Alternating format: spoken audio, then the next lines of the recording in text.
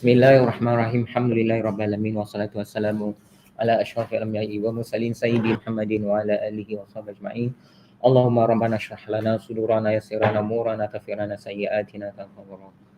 Alhamdulillah.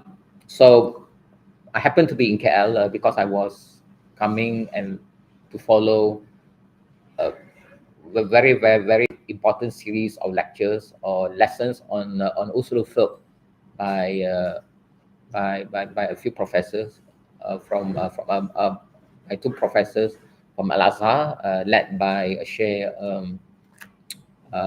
Saeed Fuda, and that was very good. We finished that text. Uh, so that's important.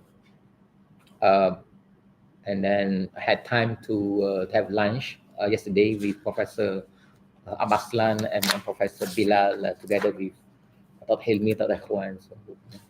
So I think, and then I was asking Ustaz Azham whether to ask Dr. Hilmi whether we can do an impromptu lecture and discussion on this topic of scientific critique of evolution, right?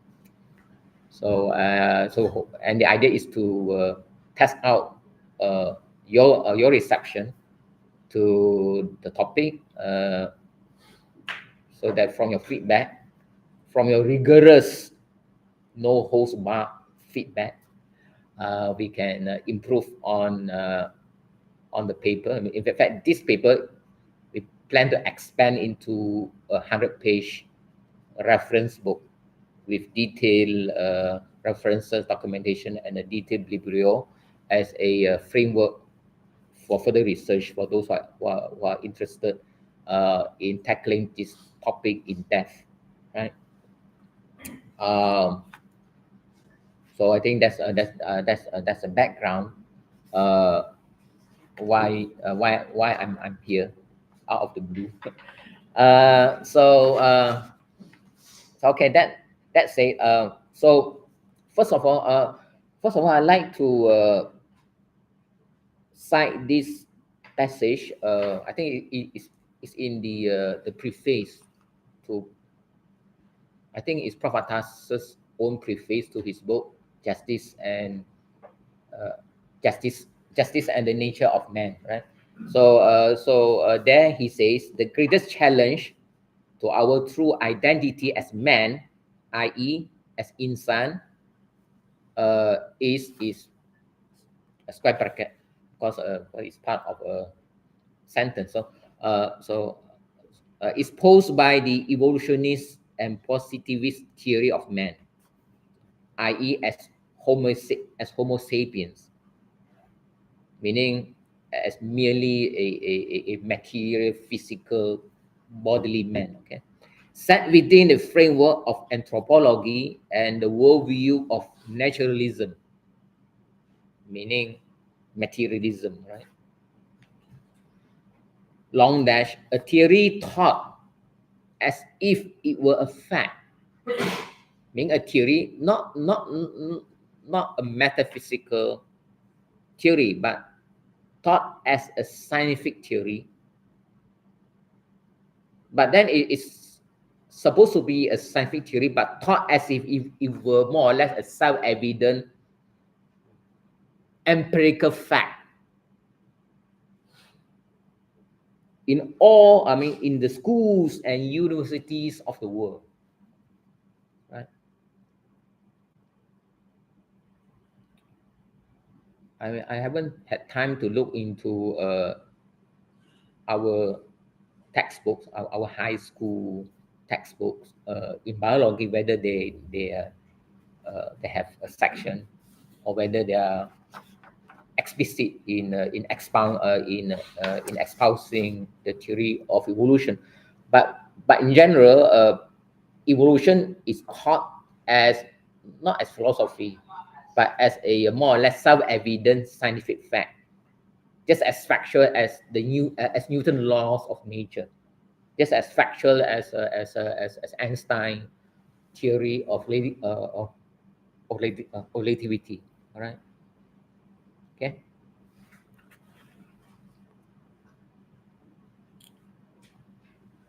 All right. So, and therefore,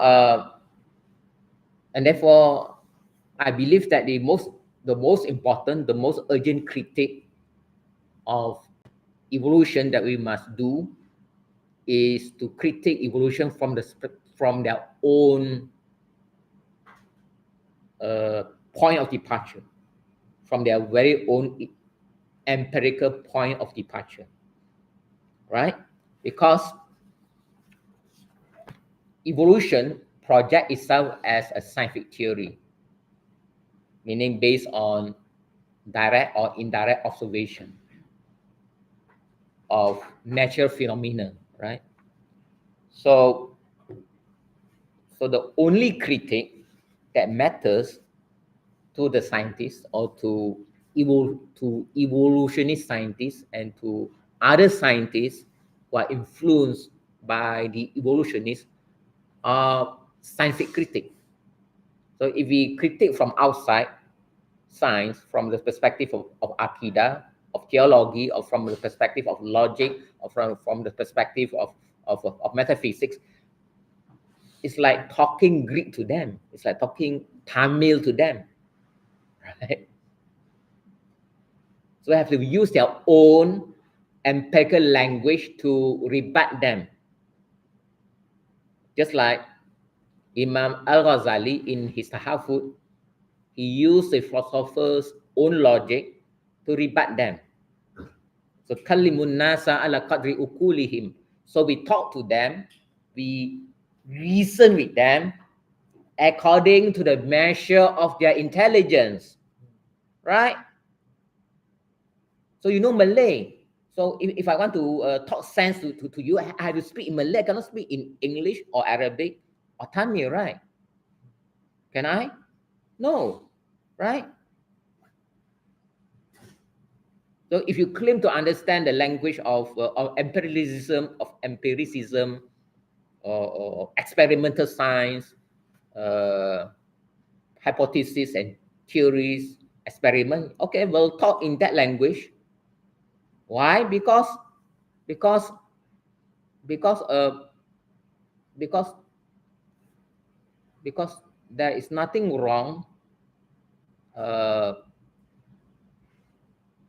cognitively or epistemically or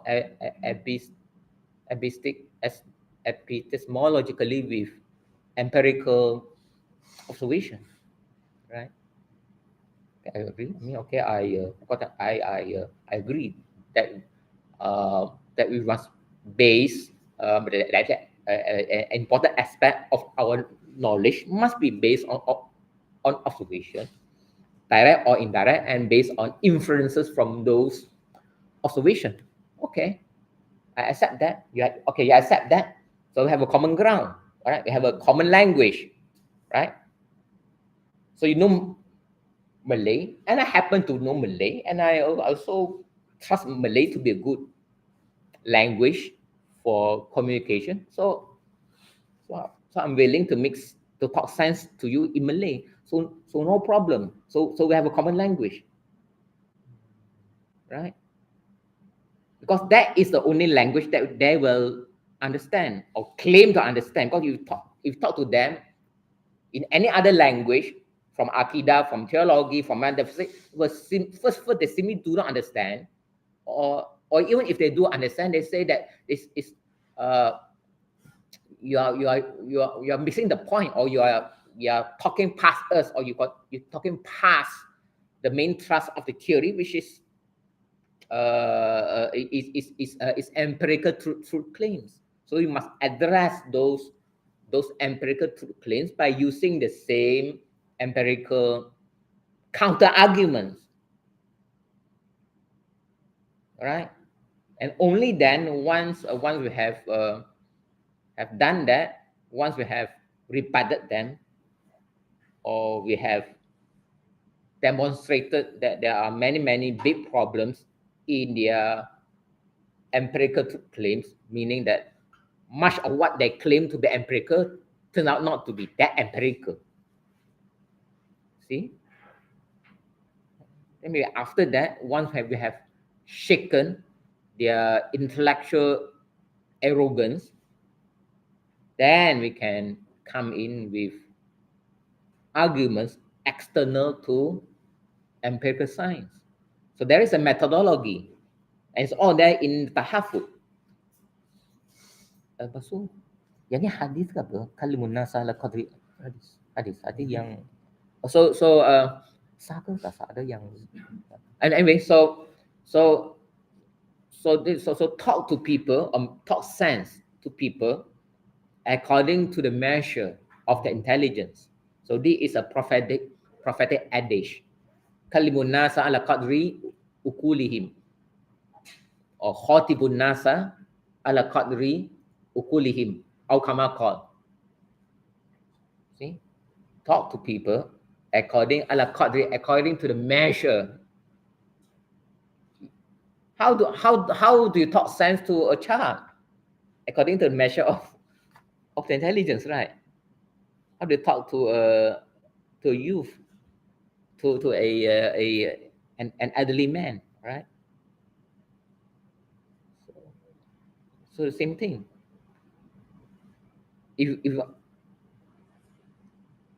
So to engage with the people, you must know the language.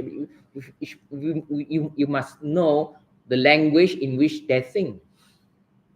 See, like I've done a lot of dialogue with the Christians on economics, commerce, money, but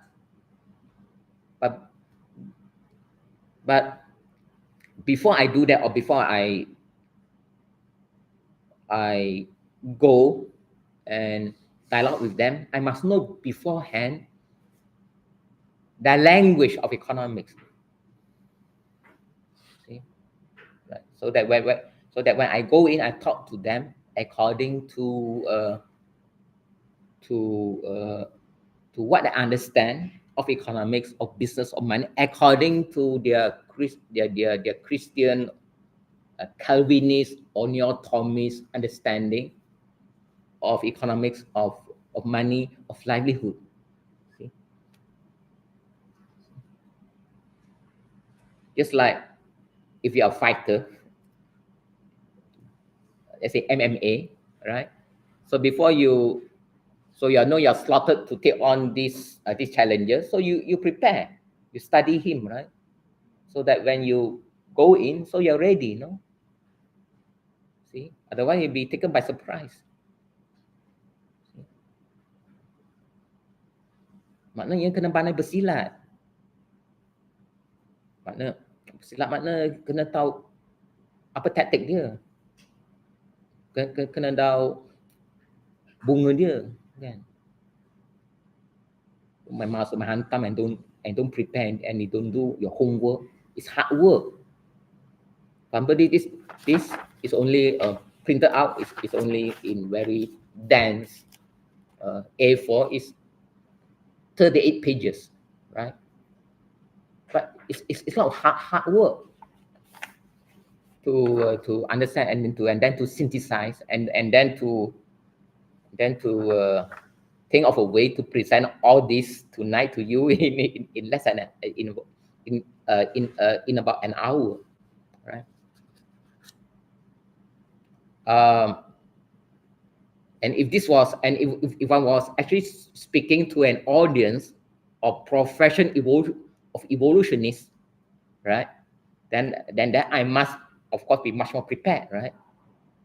Especially much more technically prepared. See?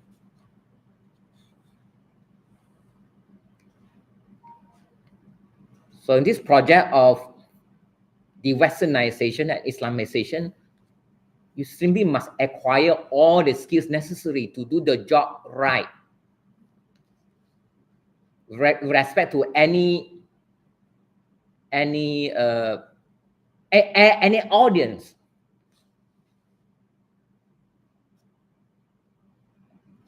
Just like Prof. Atas, he was talking to students, to scholars, to orientalists, to people who are at the top of their fields, right?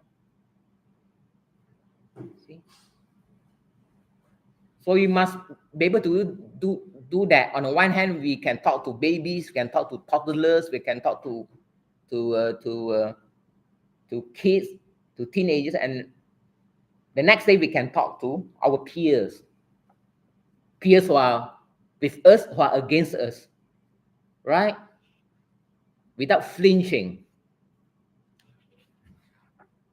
with full authority, with full istiadat, with full preparation, and no mumbo jumbo.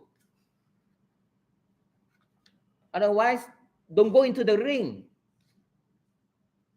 You see?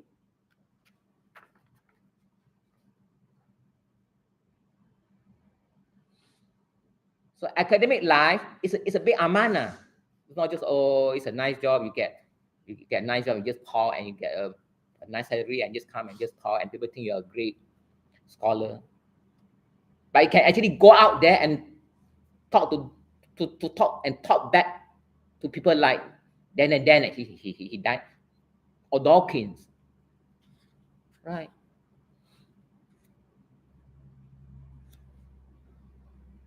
So that's important. Just like Imam Ghazali talked back to all the big philosophers of his time, right? Until the philosopher thought that he was the best among them. Meaning, so in this case, when we engage the evolutionists, we must know more about evolution 10 times over than they do. At least 10 times better than they do. At least.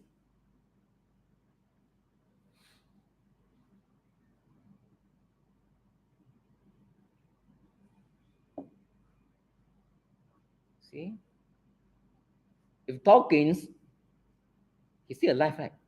Professor Dawkins, Charles, what's his name? Yeah. Richard Dawkins. Okay, Richard Dawkins at Oxford. Suppose Dawkins drop you an email, Dr. Ekwan, what's your science background, right? Say, Dr. Ekwan, I would like to visit Cassis and engage you in a public discussion on evolution. When? In 2 months' time. Can you be ready? Of course you must be ready, because you have been trained at Cassis for so many years, and before that at Wise and Hakim, right? And Cassis is the topmost institute in Malaysia in respect of the exposition of the worldview of Islam and the see. Are you ready? You must be ready. If you're not ready, then you must start getting ready now, right? And then one more thing is that the evolutionists and these people, and also like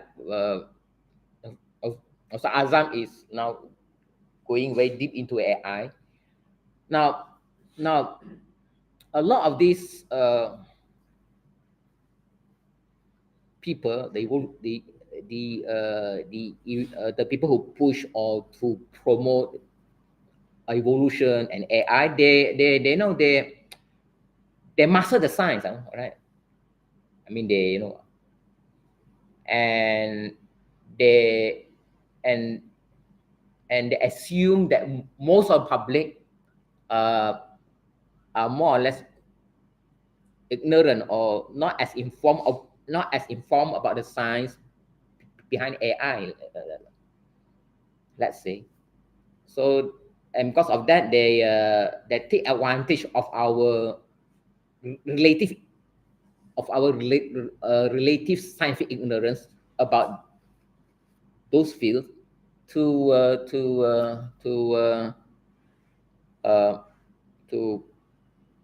speculate to extrapolate to the future, to go into transhumanism, because they parasite on our ignorance, right?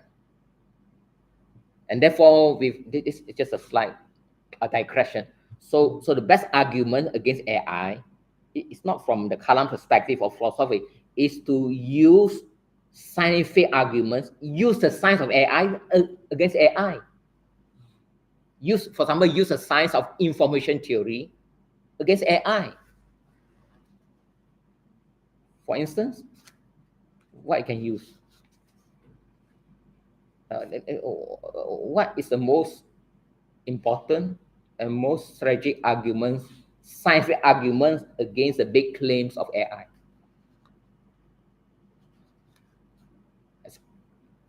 Entropy. Entropy is both a physical concept and also a informational a concept in so because these scientists, they project their materialism behind a facade of empirical truth, right?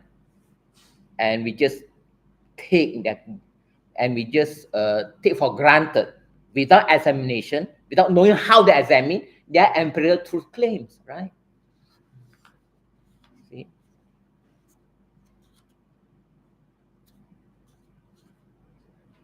So we must use their own methods against them. And for us to be able to do that, for example, if you want to argue against AI, you wrote paper on AI, right? So you must simply must know the science of AI 10 times better than those AI scientists. And it's easy. It's not rocket science to know a science 10 times better than those scientists.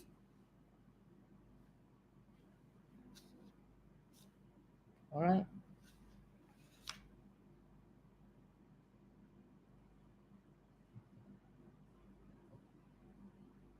And that is a amana responsibility as an academic with mission, not just another job.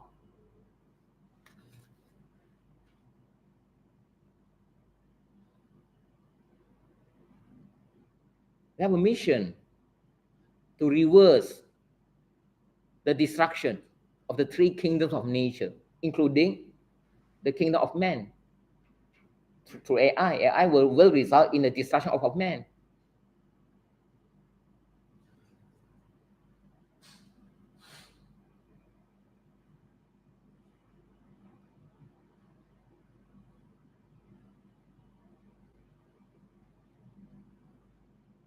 All right. So back to the topic. All right. So basically,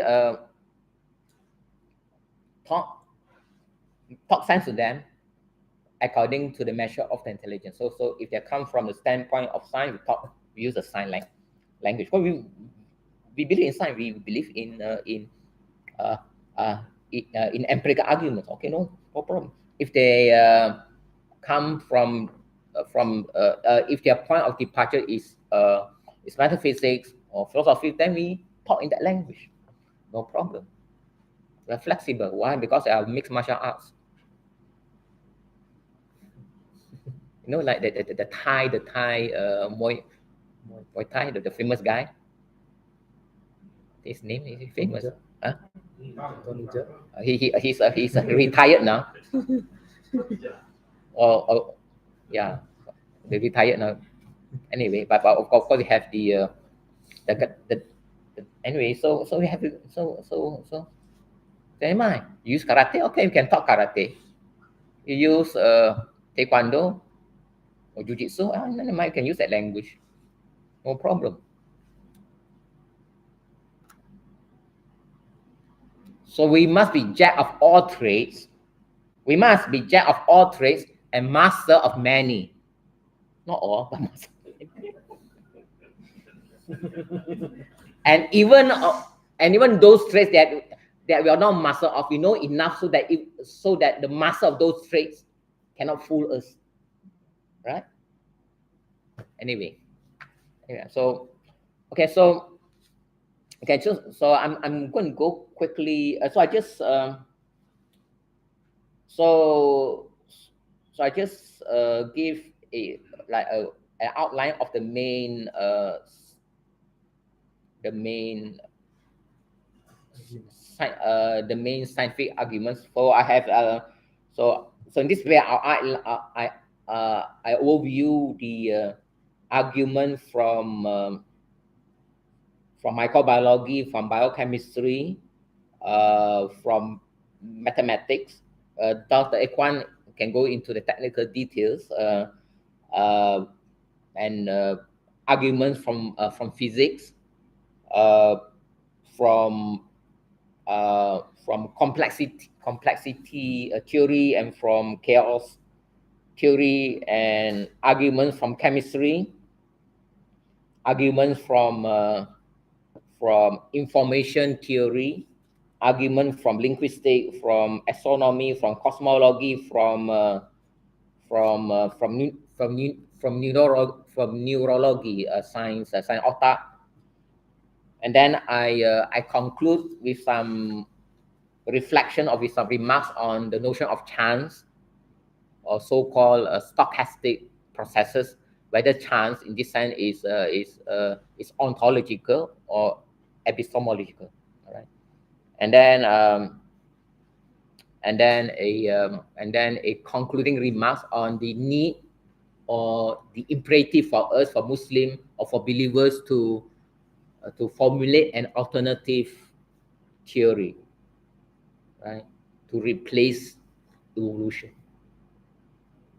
Because when we critique a theory as being wrong or defective, that is a negative critique, or that is but that's not enough. It's not enough to say that something is wrong. Because for us to say that something is wrong, that in itself presupposes that we know what is that thing that is right. Right. If I come to a house and I say, "Oh, your house is sengit, or your roof is leaking," blah blah blah, and pointing faults, and then if you are asked, then how shall I repair my house? Then you should be able to give to point the way, right? So we are. So it's not enough to just to poke holes into somebody else's theory. We must be able to say, okay, your theory is holes in that. So here is a better theory with no holes or very few holes. See, right? So you must be able to give or to formulate an alternative, better theory, that can better accommodate the empirical evidence, right? Much better than a theory that we critique. See, so there's some remarks on that. So you must be able to formulate and then to put into action an alternative research framework to replace the current mainstream evolutionary framework. See, because to poke holes is easy, right? Kata awak tak betul itu senang. Tapi apa yang betul, tak tahu. So shut up, right? See, that's it, and that's important, and that is the method that is shown by Prof. Atas. He said this is a wrong understanding of education, and this is the right understanding. Isn't it right? And same thing we find in Kalam text. The same time that Imam Al-Ghazali critique the philosopher's conception of causality, he came out with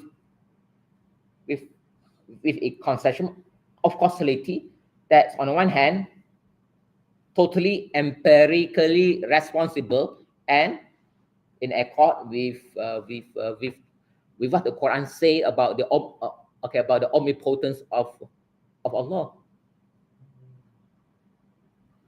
See? So we must be able to provide both negative critique, this wrong, and so then we also point out the remedy or the correct theory.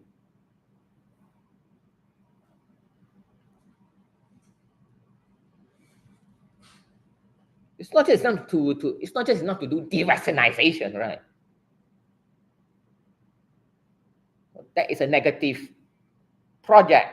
But then after that, we must be able to do Islamization, and that is a positive project, a constructive project. To demolish is easy, right? But to build or to rebuild or to build something to replace the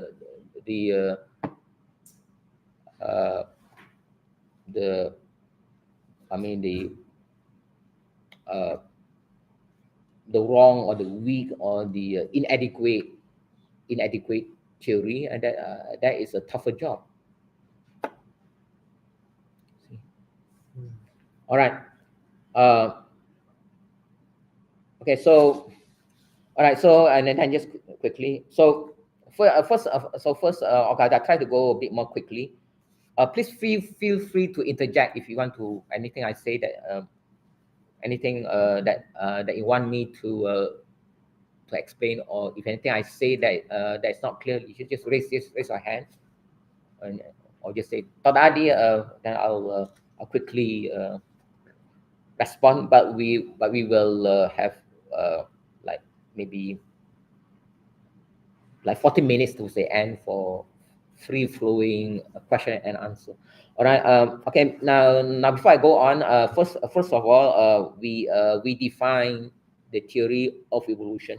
So the theory of evolution uh, in the discipline of biology today, and also in the life sciences, claims that all life forms, both plant and animal life forms that exist today, have descended. Descended meaning biologically descended, meaning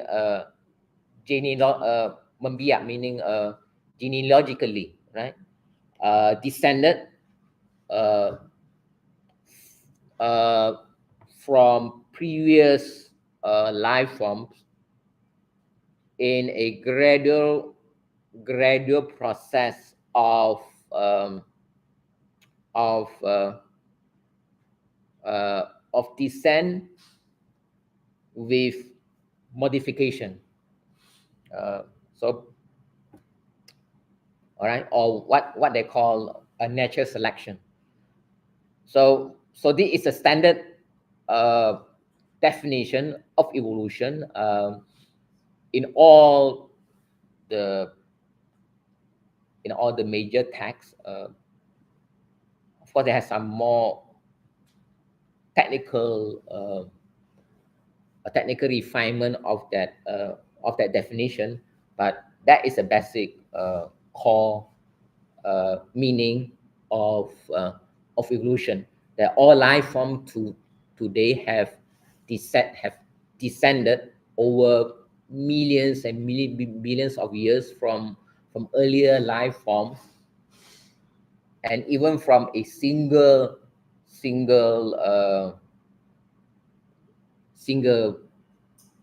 primordial cell, right?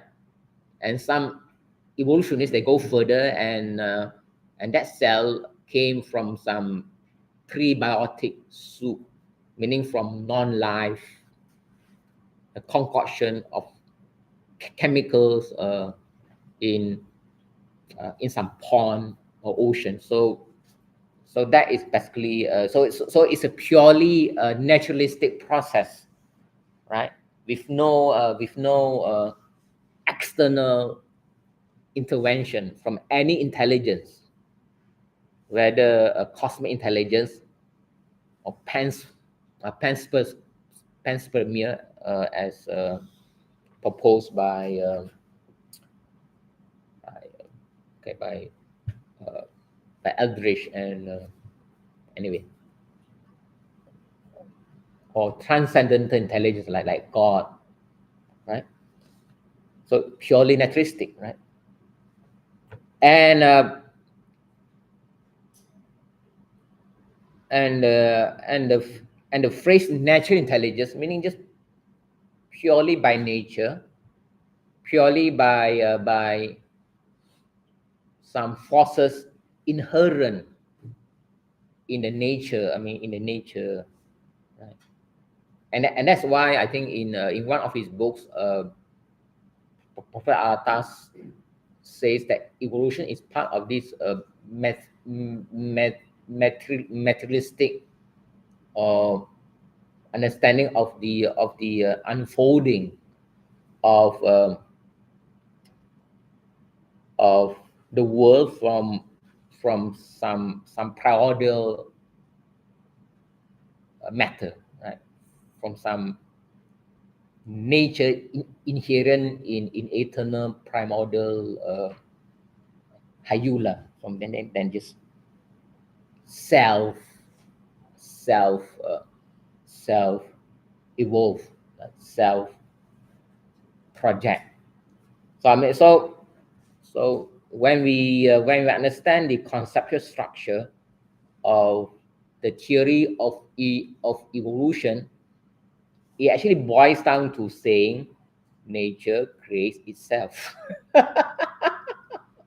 Let's see, after you cut with all the mumbo jumbo, it's just meaning that things just pop out of being from some primordial generate matter, no?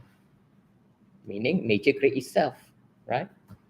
Self creation of life from lifeless matter. That's it. May cut away all the mumbo jumbo. You see, right? And then they say that is possible because we have enough time. We have like billions and billions of years for all this process of unfolding to occur, right? So that means that and that means the evolutionists, they are like the materialists of old, who believe in the eternity of the world of matter and in the eternity of time. And in the Quran, there is a verse that refers to the Dahriya, meaning the people who believe in the eternal in the eternity of time, and they say that and the verse says we live and we die, and nothing destroys us except time. So in modern evolution theory, they have this notion of deep time meaning like given tons, I mean, billions and billions of years, right, since the Big Bang, there's enough time for all this process of unfolding to occur until the current diversity of non-living and living forms, right? All right. Now, that is actually a lot of that is just metaphysical mumbo jumbo, but part of that, I mean, can be subjected to empirical investigation, right? And that is the gist of the mathematical critique of evolution. Evolution based on whether there is sufficient amount of uh, of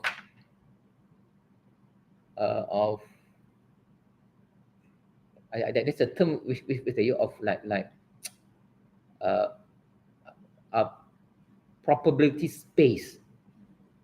What was the term? Whether there's enough yeah, no, not dice. You have a dice. So so so I mean so so one phase will have okay, I said the probability the probability of of 6 dots turning turning turning up 6 times consecutively will be one in so many, and that requires so many number of throws, and that implies you must have enough time to throw, right? so so that's called, I think, the term for that is yeah, so say, but then if you have too short a time, then you cannot throw enough throws, so have to have so also time also. So I think that's called like a probability space. So that okay, so okay, let's say the Big Bang started 5 billion or 6 billion years ago, right?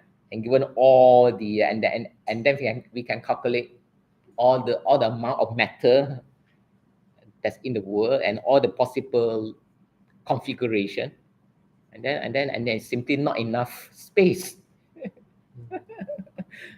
Anyway, so that is a gist of the mathematical critique of evolution. But there are many other aspects, but there's one aspect based on probability on probability.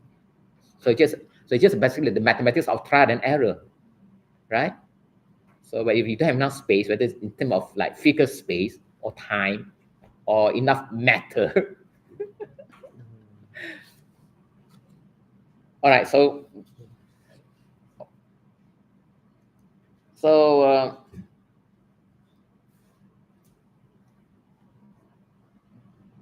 and this process of unfolding from within the potential of matter is a process that occurs by chance, meaning not by design, or not it's not planned, meaning that not because of some external intelligence, and not because matter itself is intelligent, right? Okay, that makes it even worse, because if they say matter itself is intelligence, okay, there may be some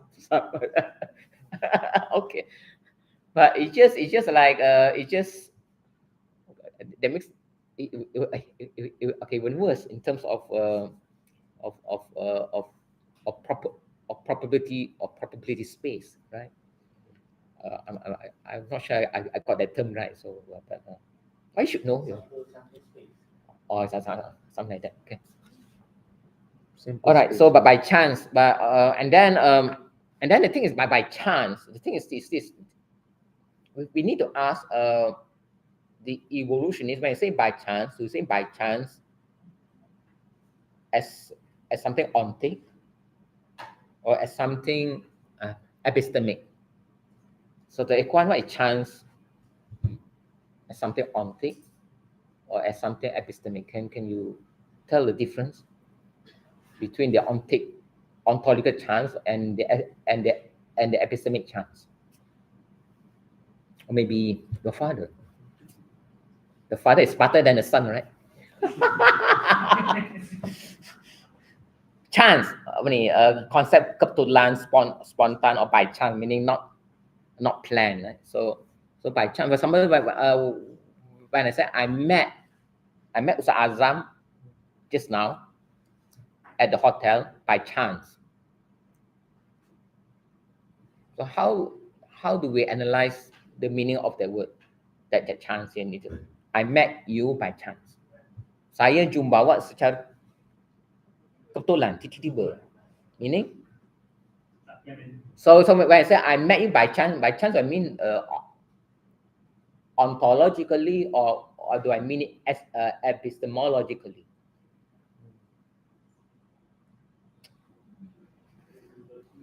So slow, man. Quick, Cassis. You should even like anticipate the answer even before I finish my question. Otherwise, if Torgis would have come here, he just like flatten you, man. KO, first round, first second.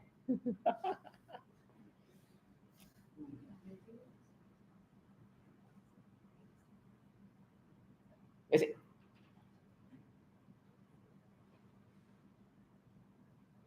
Okay, I met you by chance. Okay, I met you by design. Okay. Meaning, so I met by chance, even didn't meaning I did not plan to meet you, but then I met you.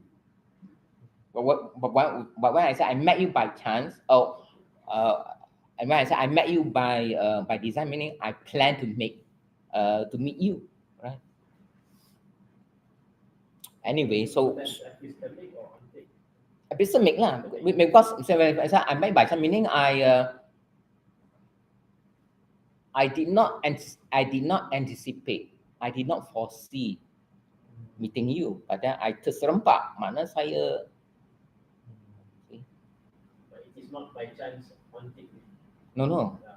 So that's why the point is quite obvious. So and therefore we ask when we ask the evolutionists. So what do you mean by chance? But they so far as I can tell, they do not make it explicit whether they mean by chance or whether they deem the so-called have this fancy term for chance processes. They call it stochastic processes. So they do not explicitly say whether they mean that by chance, meaning when you do not know enough about the variable, so you say by chance, right? Right. See, but if you can, if you know enough, I mean, you can then so so so so in this case,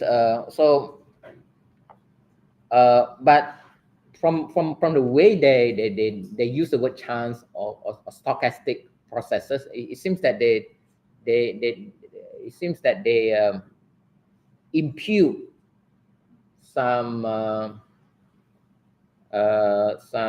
some reality to this concept of chance as it's something that can bring about something as it's like a on-take cause.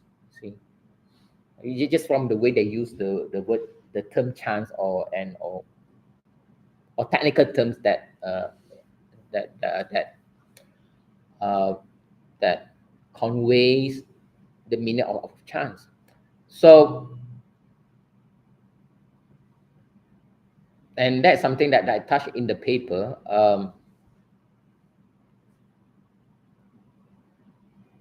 So that means that when I say that I met you, or this series of events happened by chance, meaning I am totally ignorant of the cause and effect leading to the occurrence of those events, right? And that's why you say by chance. See? So we do not say that that the eclipse of the moon, let's say today, or eclipse of the sun occurred by chance, because we can assume that phenomenon according to well-known laws of a planetary motion, and laws of, see. So we know that it happened because we can explain that by reference to some known known formalized regularity in nature expressed as the laws of motion or laws of a planetary motion and stuff like that, right? We don't say that that the water in my jug my electric jug boiled by chance. We don't say that because we can subsume that according to well-known laws that regulate the physical properties of water, right? See, meaning we have empirical knowledge about the the uh, um, the causal regularity pertaining to that phenomena, right? But in the case of evolution, they use the word chance, and then they use and then they that or they use the term chance processes. So so you, and so it just means that so just so it's actually so in essence that they're actually claiming ignorance of the mechanism of how evolution works. See, we do not say the water boil by chance. We know the mechanism. You know that when you add in heat, then the particles then it boil. Right, that's it. It's not by chance. Because we know the mechanism, and we can describe the mechanism according to certain laws because the way water boil, they boil the same way today and tomorrow. So we can describe that, right? So they can describe that when it comes to what they call the mechanism of natural selection. So they say by chance, and then of course they create this fancy term, jargon, like stochastic process, as if they know the mechanism, so that they cover up their ignorance with some technical terms, and they always do that, no? In the evolution books, they really do not know how the damn thing work or the mechanism, but then they create this jargon. They call it in this case like stochastic process, or in that case, they really do not know how or whether it even in fact they couldn't even find proof that there are transitional forms in the fossil record between current species and previous species. So what they see is not gradual transition, right? Because there's not enough fossil evidence. All right, but then they so there's no, and then they create, but then they create a term called punctuated equilibria, meaning, or it's just saying that things simply just jump, like meaning that that that new species can come about suddenly from previous species, even without any evidence of transitional forms in the fossil record, and they call that saltation, meaning by jump. Meaning meaning that's a cover for the ignorance. See? So yeah. All right. So my point here is that it's very important to know how to analyze or to deconstruct the jargon or the technical terms that they use, whether they refer to some reality out there in nature, or just a cover for the ignorance of the action mechanism, right? So it's different when in physics, when you say the laws of motion, it's a description of a mechanism that we can observe, right? You see, if you could MA, it describes something, and it's like a description of how bodies move, right? or v is equal to distance times time, right? So it's so like a proper scientific laws, they actually describe or a summary or formal mathematical okay, mathematics description of what actually happened, and then by repeated observation, then you can abstract a pattern or regularity, and which you describe in terms of law, right? If well established. See, so based on knowledge, in this case based on empirical knowledge, right? But in case of evolution, when we try to look for some external empirical reference to notion like stochastic processes, I mean, it's very vague. I mean, it's not well described. I mean, so it's just a bunch of notion in words. It's just or saltation. So it's just like they just create words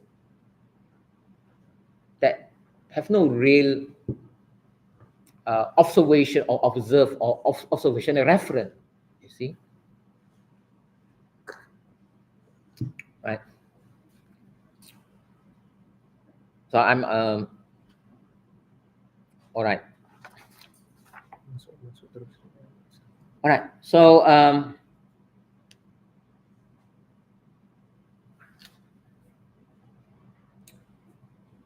and then now the now a lot of people, especially the Muslim evolutionists, they and also of course the Western evolutionists, they tend to down or they tend to look down on the intelligent design arguments posed by Christian and non-Christian anti-evolutionist scientists who critique the theory of evolution, and especially Muslim evolutionists. But I have studied, or anyone who take the time to study the arguments of the of the scientists of the intelligent design movement, they all of them in their books they argue against evolution based on science, based on questioning their empirical truth claims, and not based uh, on theology, or not based on philosophy, right? So okay, so let's now now the thing is that why so I find that the intelligent design arguments by anti evolutionist scientists, it's true that most of them are Christians, but there are many who are non-Christians. There are many who are agnostic. It's just that they just say that there's simply no evidence for evolution, none whatsoever. See, and so okay, let's look at the let's look at the argument from paleontology, meaning the study of the fossil record, paleontology. So so now if evolution is true, if modern species have descended from previous species stretching back to millions of years, then that would be like almost like innumerable transitional forms, right? In the fossil record, that'd be like, maybe, I don't know. Let's say that they say that the whale house, the whale today was once long ago 10s or 20 or 100. millions ago were once descended from a land animal, from a land-based animal who somehow jump into the sea too often to catch fish, and finally its morphology and its internal anatomical structure and its outer structure, everything changed into, yeah, right? And that happened. So if that's the case, then there should be evidence of that in the fossil record, like many millions of transitional forms, all becoming a whale, but not quite whale until today, when you get the perfect whale, right? So there will be lots of transitional wanting to be, I don't know, cow or elephant wanting to be whale, right? Now, okay, none. And all the animals in the all the fossilized animals in the fossil record, they are already perfect. They're not transition to anything that comes after them. They're already that. They're already integrated whole in itself. Jadi setiap spesies dalam rekod fosil tak lengkap dan tak bersifat apa-apa yang mengantarai, yang jadi pengantara kepada jenis-jenis yang datang selepas mereka. Sometimes easier to speak in Malay, right? Can anyone understand Malay? Everyone understand Malay here? Cakap Melayu kan senang. Kan? So yeah, so one thing lah kan. So about and now Darwin said that no, if my theory were true, then it would be like millions of transitional forms from the first but after 100 years, after years and years of research into the fossil and the top paleontologists say that the fossil record of all the fossil rocks all have, I think that must be like source they explore everywhere, and they say that there's simply no transitional forms.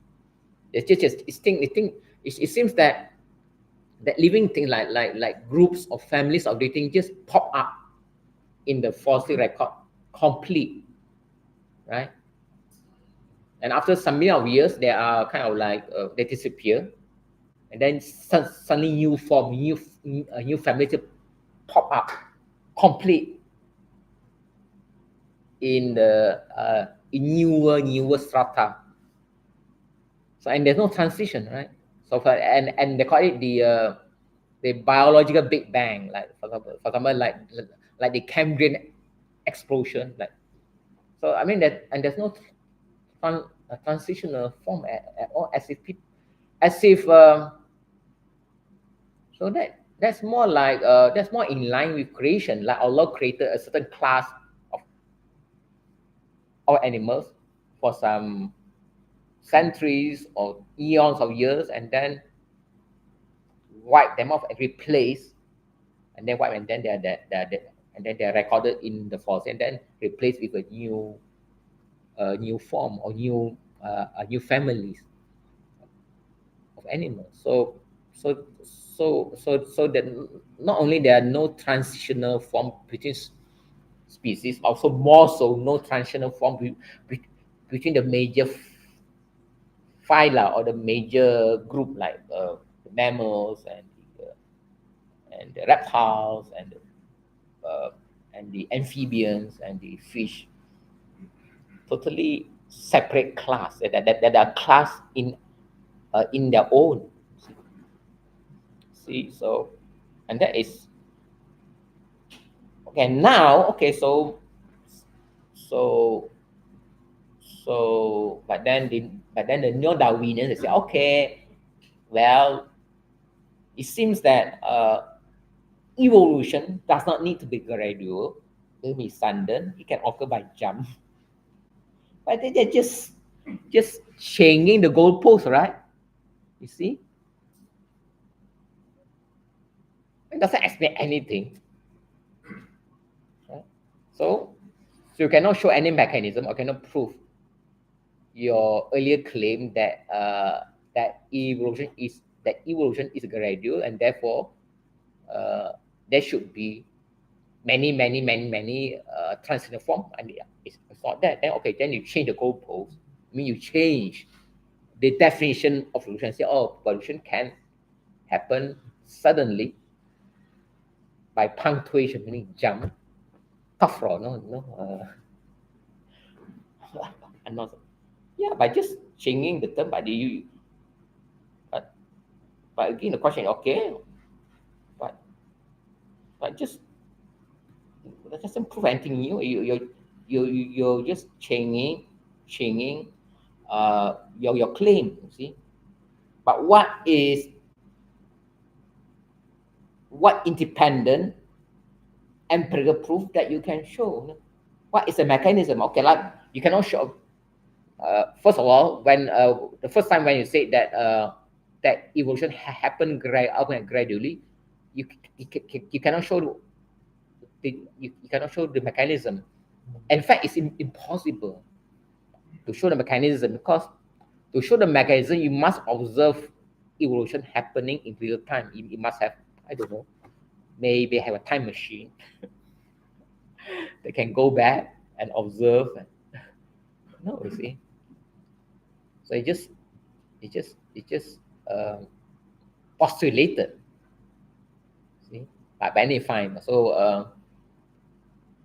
and then they say, okay, then they cannot show that because it's not there in the fossil record, and then they say it's by jump. Okay, but then just a claim. See, I see that the difference between a theory of evolution is a kind of historical theory because a kind of claim about something that happens in the past, in the deep past, right? So and based on very fragile fragmentary traces like fossils and some of bone fragments. So it's too flimsy, or too the evidence is too poor. It's different between be, between such historical theory about what happened in the past, and theory about what is currently happening. For example, the laws of motion, you still can directly test a law of motion because it's still happening, right? The earth still go around the sun, and you can still test it. Not it's something that has happened before. It's still happening, and it's still happening. Especially like physical laws. They're not theories about what happened in the past. Also theory about what happened, but also theory about it's still happening, right? And it based on certain and this well described, so they can even like and and the regularity is well described, so that you can even like project to the past, like people can project for like redshift, and they can project to the past, and that the world or the universe had a beginning, then can project to the future, right? Given that this regularity remain constant. I mean, there's no sudden change, or right. So, but that's not a case with the structure of evolution theory. It's more about theory about the past, right? And when I talk about past, it's not like 10 years ago or 1,000 years ago, right? Millions of years ago, right? So, and the pictures that you see in the textbook about, the I mean, like some of the famous one from the man from Neanderthal, from Cro-Magnon or whatever, and to the apes, and all that. I mean, it's not there in the fossil record. All they have are fragments of bones. When we call this Peking man or Java man, or this, it's not a full skeleton. It just it's just like fragment. Maybe they get a fragment of a skull, and then they postulate, and then they just they speculate, and then they draw, and then they publish as, and then but it's all based on totally subjective speculation. You know? Of course, you read the standard popular literature. Of course, it's like you go into the technical, you go into technical journal. There are a lot of internal debates and arguments and blah blah blah. You see, uh, among them internally, but to the public in the popular science, like National Geographic, they say as if there are a consensus among them that, you know, when you go there, it's just fragments.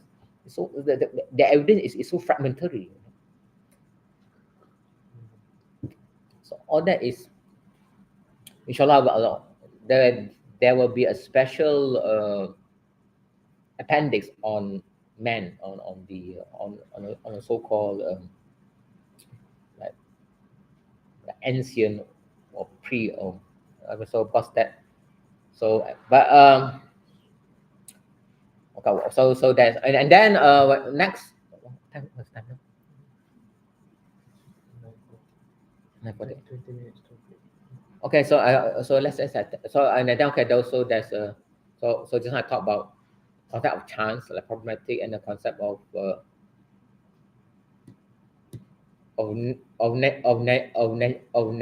natural selection, meaning that nature can choose itself. Nature has the power to choose, right? And that kind of a empty metaphor, right? Selection is what selection, when they say select, is an act of an agent, act of, of intelligence.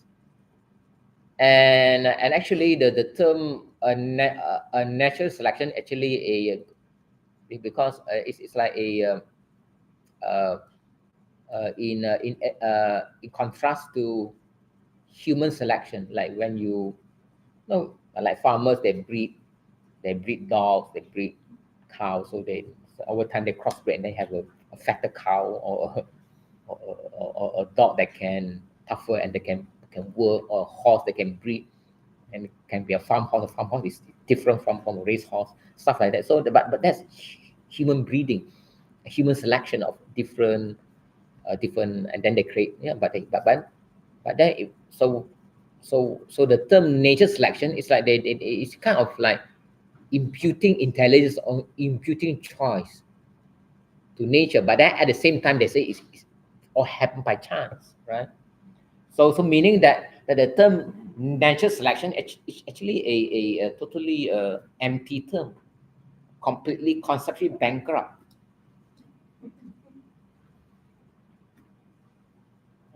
I mean, they can't really give you any objective like a description. Uh, they cannot define the term natural selection by reference to some objective empirical observation, right? See, I say the laws of motion, we can actually law of motion refer to some actual objective fit, a phenomena, right? Moving body, you can observe any, okay, see, but it's just I mean, actually, what the Quran say, asma samai to whom, just name that, just like concept that they concord and they project as if knowledge of some objective reality, but there's nothing there. See, no, it's like the whole structure of evolution theory is just like the story. You know, this story, everyone, you must know this. Anyone here who does not know the fantastic, ingenious story of the emperor's new clothes, siapa tak tahu? Baju pakaian maharaja yang baru. and the emperor's new clothes. Siapa tak tahu cerita tu? Tak tahu. Semua tahu kan? So meaning, so it's like, no, it's like this tailor that comes to the king, and then the tailor, and the king said, I want the best clothes, blah blah blah, and then the tailor take advantage of the vanity of the emperor. Okay, I shall create for you, or shall make for you a set of clothes, and these grand robes that only the wealthy can can see all that. So yeah, so basically, so the emperor actually, so one day the clothes were ready, and the tailor put it on, or his servant put the clothes onto the emperor, but there was nothing really there actually, and the emperor was afraid to say there's nothing there, because then then he won't be worthy, right? So he went out like basically in his underwear, and so anyway, just Google that story, the emperor's new clothes. So the theory of evolution is like that. They have these like fancy terms that seem to mark for empirical knowledge, but there's no real objective empirical reference, right? To terms like by chance, or a scientific process, or natural selection, or even like a gradualism. As okay, there's no transitional form. Then they say, oh, by jump, and then but they just but then you're just you just changing the scenario, still without any objective proof, right? So all right, so okay, so the next one is argument from microbiology, and and we have this very clever and very original argument by Michael Behe, a professor of biochemistry at Lehigh University, and he wrote this famous book, and it's a very original book, and it's called Darwin's Black Box. You know what is a black box? You don't have a plane that crash, you must get the black box, and you must open the black box. I mean, my ways to, I mean, the black box must not be damaged, so that the information inside the black box can be accessed, so that we know what causes the plane to crash, right? So this black box. So before, like previously, the evolutionists can claim a lot of things about gradualism, or about punctuation, jumping, or about all kind of crap like natural selection, because at that time a lot of what is really happening in nature was like a black box, right? People do not know actually what is inside the cell, they don't have the technology to actually look into the fossil properly. So, but now with new technologies, and with the rise of sciences like microbiology and biochemistry, and so many of these black boxes have become white boxes. I mean, you can actually go into the cell, go into to last time. They thought that the cell was just like a glob of plasticine, just like a simple, undifferentiated jelly. So it can become this or become that. But now it's, and when you go into the cell, it's like a city inside the cell. Even the smallest cell, like city. They have the capital, the nucleus, and then you have the perimeter, the skin, and then inside all kinds of proteins and enzyme and other organs inside the cell, organelles inside the cell, right? So it's a very complex thing, and then many processes that happen, like when your blood clot, let's say you cut yourself, and then your blood clot, right? So blood clotting involve a lot of micro chemical and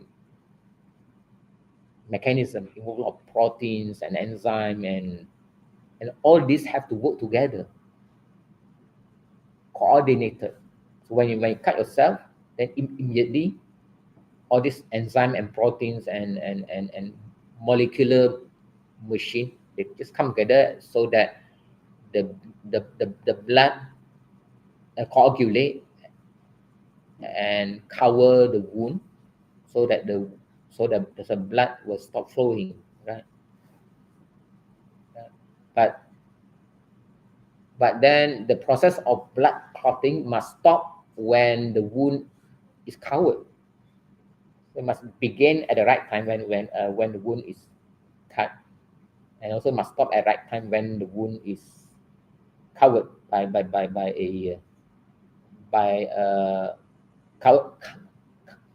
covered over by a solid clot of blood, and not go on clotting. Because go on clotting, then the whole flow of your blood in your body will become cool and then just die, right? So all that requires, it's a very complex process, and it requires a dynamic integrated coordination of so many micro molecular machine in the form of proteins and enzyme. Everything just has to just fit together, right? All at once.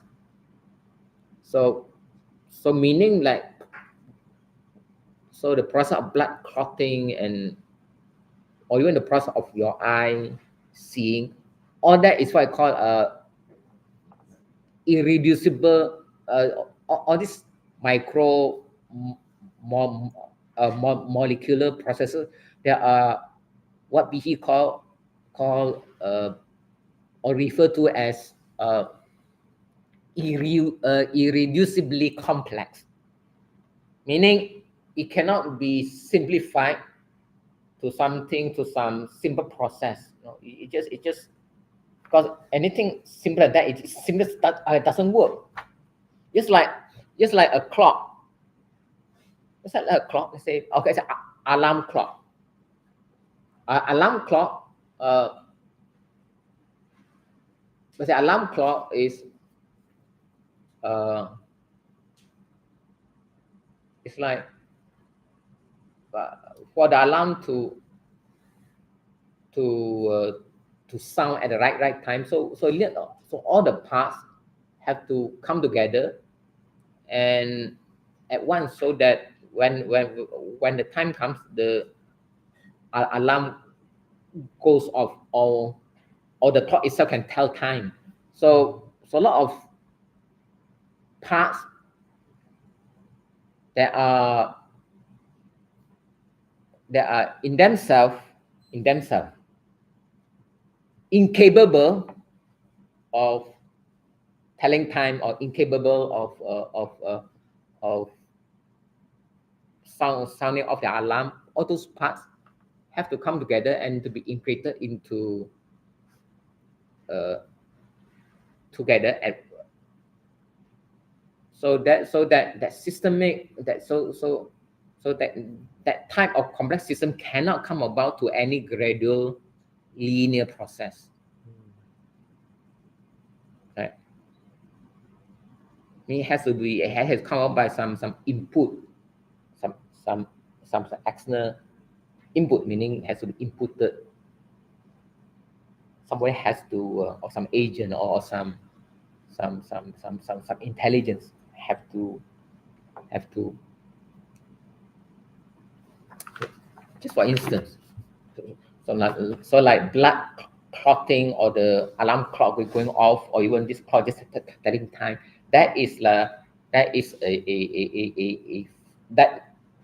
dynamic functional integrity, right? But even a text, like the words on a text, we can call it this like a passive kind of like passive. Because it's not moving, okay. But this like but still passive. But a text on a page like this is structurally complex, meaning that you can explain why the ink and the ink stick to the page without going off. You can explain by physics, you know? The ink dry and then it still stick there, you know, like. But physics cannot explain the arrangement of the letters so that it can function to give meaning. That cannot be explained by physics. All physics can do is why the ink. Let's say you write and it stick there. That all can do. It cannot explain the shape of the letter, right? Cannot explain more so the arrangement of the words. So there's something extra. There's something that extra physical to how the ink, the physical ink, is arranged into letters and words, and then have a functional integrity of giving meaning. See, and that's something not physical meaning. So there has to be like a extra physical or a supra physical factor. So the same thing. So and that is argument from irreducible complexity, meaning that that this function of telling time is cannot be reduced to some simpler system, out of which by some series of accidental evolution, right? It come this function of telling time come about. So I mean, like example, this is a car. They say your car is structurally and functionally irreducible complex, because it cannot be reduced to anything simpler like a motorcycle. A motorcycle is a totally different system, and there's no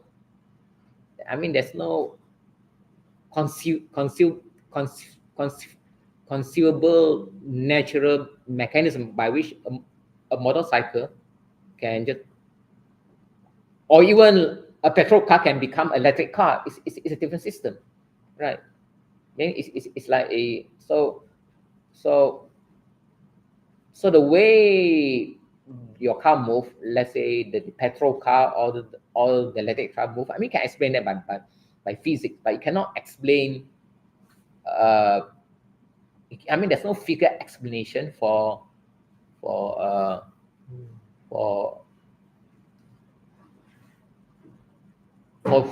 showing how an electric car can come about from a petrol car, or it just that means that there has to be like a extra physical or non-physical cause.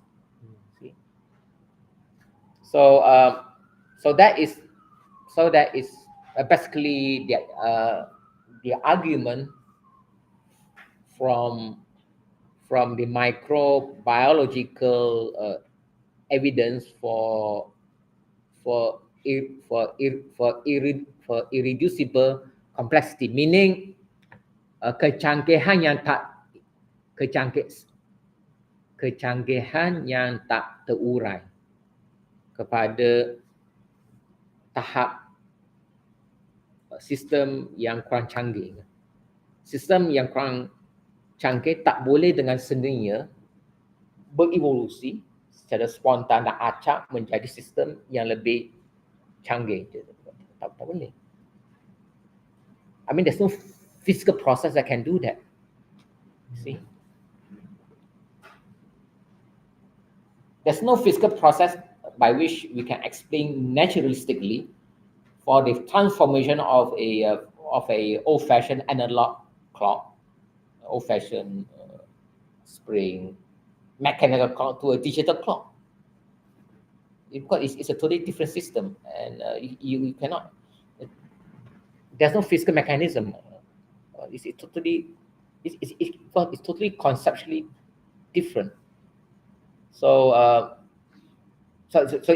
in fact, the microbiological and the biochemical argument from the irreducibility from the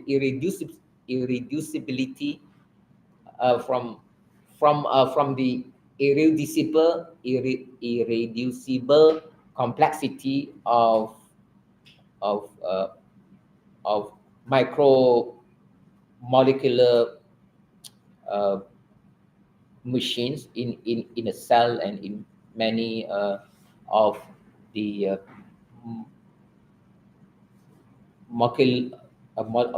molecular processes in the cell have a lot of that have the analog in human machine, right? Example like digital clock as compared to a mechanical clock. I mean, there's simply no physical way for one system, an analog system, to transition to a digital, or from a petrol system to transition to a electric system. But I mean, there's no. So you can explain physically why the ink stick to the paper, right? Right? Because of friction, because of you can explain the arrangement of the ink into letters that give meaning in any physical terms. So meaning that there has to be some extra physical or outside physical input. So and so then the gist of the microbiological argument, and then you have the cosmological and the astronomical arguments from the fine tuning of the physical parameters of different physical parameters of the universe. Everything is physical. All the different physical constants are fine tuned to very narrow range of values, right? So I think you should know. Yeah. So and that's simply. I mean, there's no. I mean, we cannot appeal to physical laws to explain why the physical constants are so. So physical constants are fine tuned. They're just given. After that, everything just proceeds from there, right? Right. But the physical laws themselves cannot explain why the physical, the fine tune, constant, and I can go into the details. It's there in a paper, come on the book, and then you have the references. So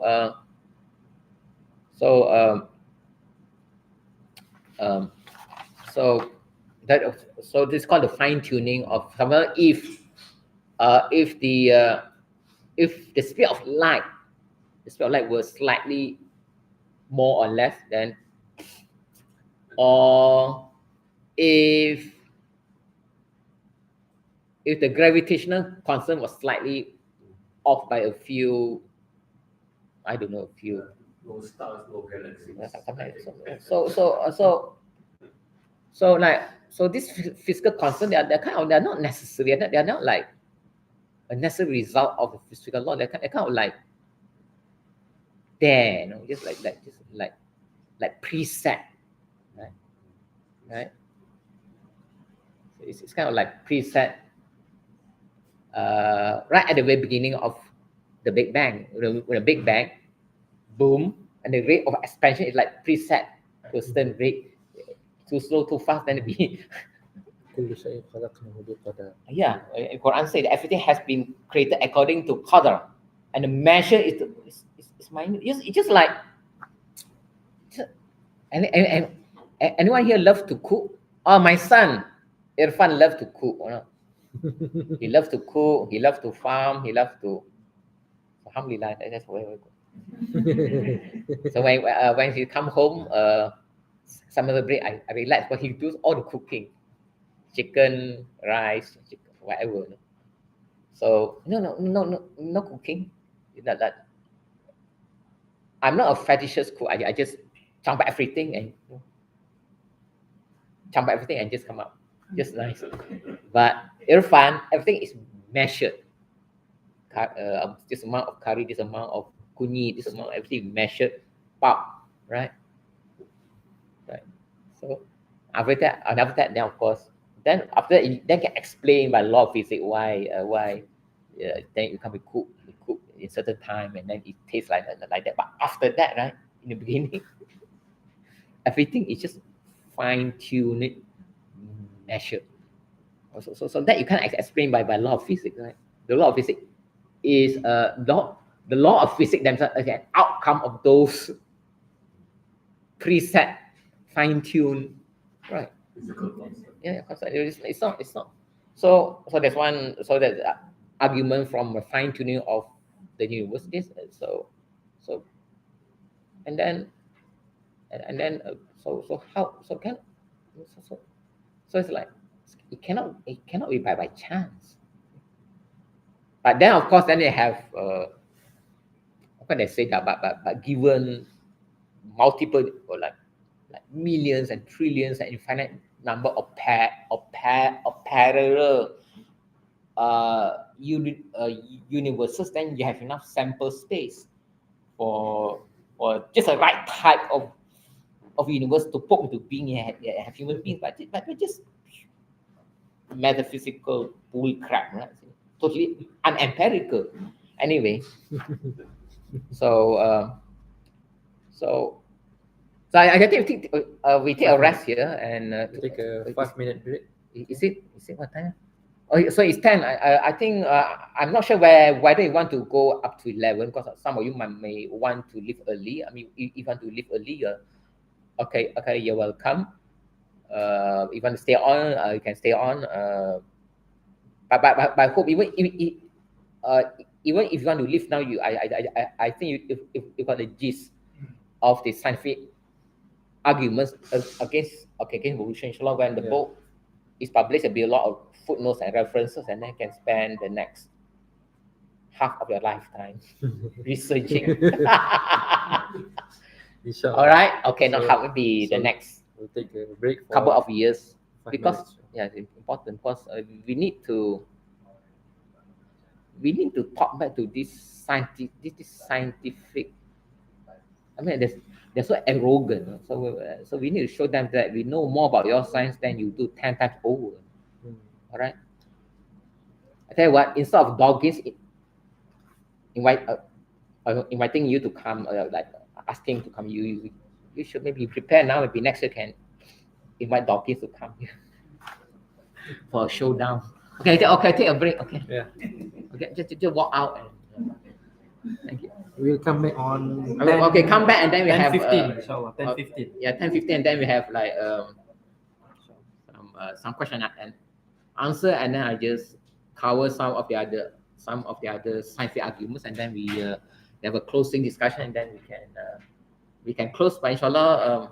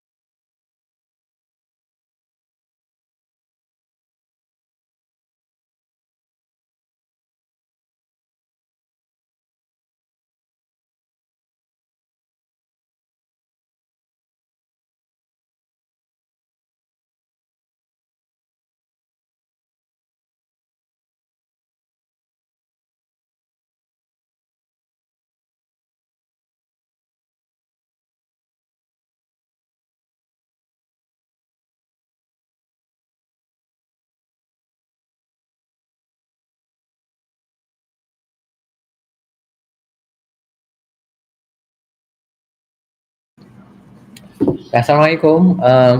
So tell what I shall continue for another 10 minutes, and then we close. And then we have a Q&A, and for 10 or 20 minutes, and then we can conclude. All right.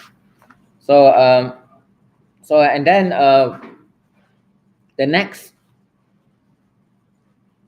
argument is from physics, especially from the second law of thermodynamics, the principle of entropy, meaning any closed system over time will increase in disorder, right? So meaning meaning a simpler system cannot by itself evolve into a system that is more ordered or that's more complex. It simply cannot work unless there's some input of new energy and in this and this and also new information. Like for instance, a bicycle is a complex or dynamic order, but in itself it cannot. I mean, there's no physical way by which it can by itself become evolve into a more complex order, which is like let's say a motorbike, right? Or even a motorbike of 100 cc by itself evolve into a higher powered motorbike of 300 cc or 500 like cc because it's more complex, so involve a higher degree of order, and that has to be so so so so uh, so I think that the second law of thermodynamics of thermodynamics is among the most decisive argument against evolution, because it's such a fundamental law that all scientists uh, agree. And but of course the evolutionists, they try to appeal to chaos theory and complexity theory I mean to find ways to bypass or to escape the constraint of the second law of dynamics. It's not just that a motorbike is more complex, like physically, and it has more stuff, but it also has more information. It has more. You need more informational content to create a motorbike than or to make a motorbike than to make a bicycle, right? So uh, so where does this extra input come from? Cannot come from within the the the simpler system of the bike. So basically the entropy, the law of entropy says that a simple system cannot by itself evolve into a more complex system. That's it. I think of course I can go into the details, and so yeah, and that book I think in the discussion group we have our own evolution discussion group. Dr. Ikwan is there, and but we mentioned that book by Taxton. But anyway, tak apalah. So that's the physical, and then neurology. Meaning the science of how the brain works. All right, a new neuroscience. So I mean, there is I mean, of course, have people like, but I think people who are actually empirical neuroscientists, not philosophy of not philosopher of mind like Daniel Dennett. No, he's but people who are actually working in neuroscience, they kind of agreed that, okay, on one hand you have the brain with all the neurons, the physical brain, but there's something else that is called the mind, and which kind of not physical, but interact with the brain. Uh, so that book by Sir Charles Eccles and Sir Karl Popper, The Self and Its Brain, it had long a discussion about the brain and then the mind, and whether the mind is a brain or brain is a mind. But the evidence points to the brain, as of course they have the physical brain, but there's something else that is not physical, but it's just as real, that interact with the brain, which we call the mind. And so this called the theory of I mean, it's called the theory of interactionism, meaning that there's a mind, and then a non-physical mind, and then you have a physical brain, and there is a kind of interaction, and therefore so the mind is not physical. It's not, I mean, cannot be explained by reference to any physical or material law. And that is and also there are now many very detailed empirical studies about after death experience, meaning people who are clinically dead, right? For example, accident, and they are taken to a hospital and they are operated on, and then their heart stop beating and so on. So they are like clinically dead, and maybe they're dead, like biologically, like speaking, and then after some minutes, I mean, the similarly dead, already dead patient come back to life, right? And then they recall what happened during that time. So they experience themselves as floating out of the body and looking back at the operation table, even hearing the conversation of the doctors and nurses talking to each other, trying to save the patient life. So this is a well recorded. So this cannot be explained by any reference to any physical cause and effect. It's totally so that means that there's something that transcends the brain, or something that transcends the body, that is called soul. So for example, you have this book called The Spiritual Brain. So, but anyway, so I think that's it. I think that's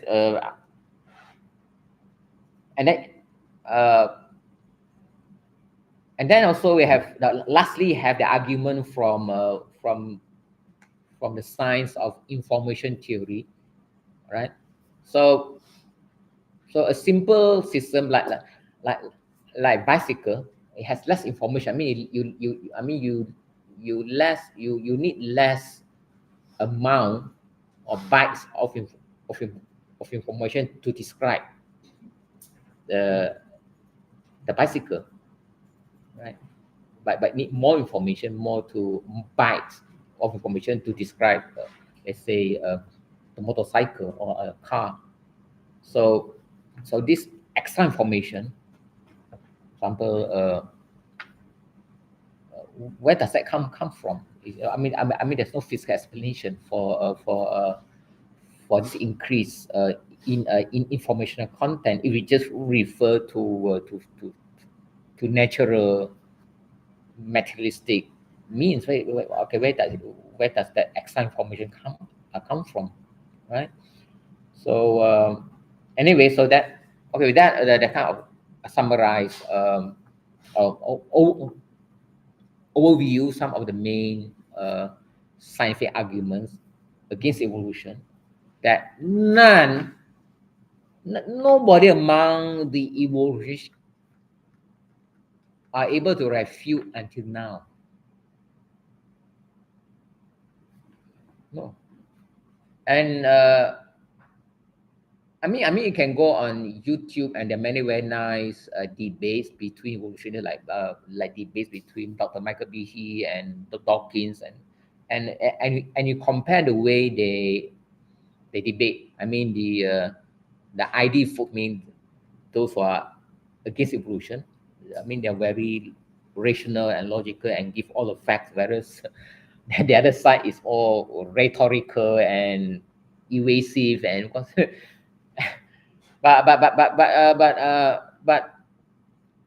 okay with that. So to conclude, evolution is actually a metaphysical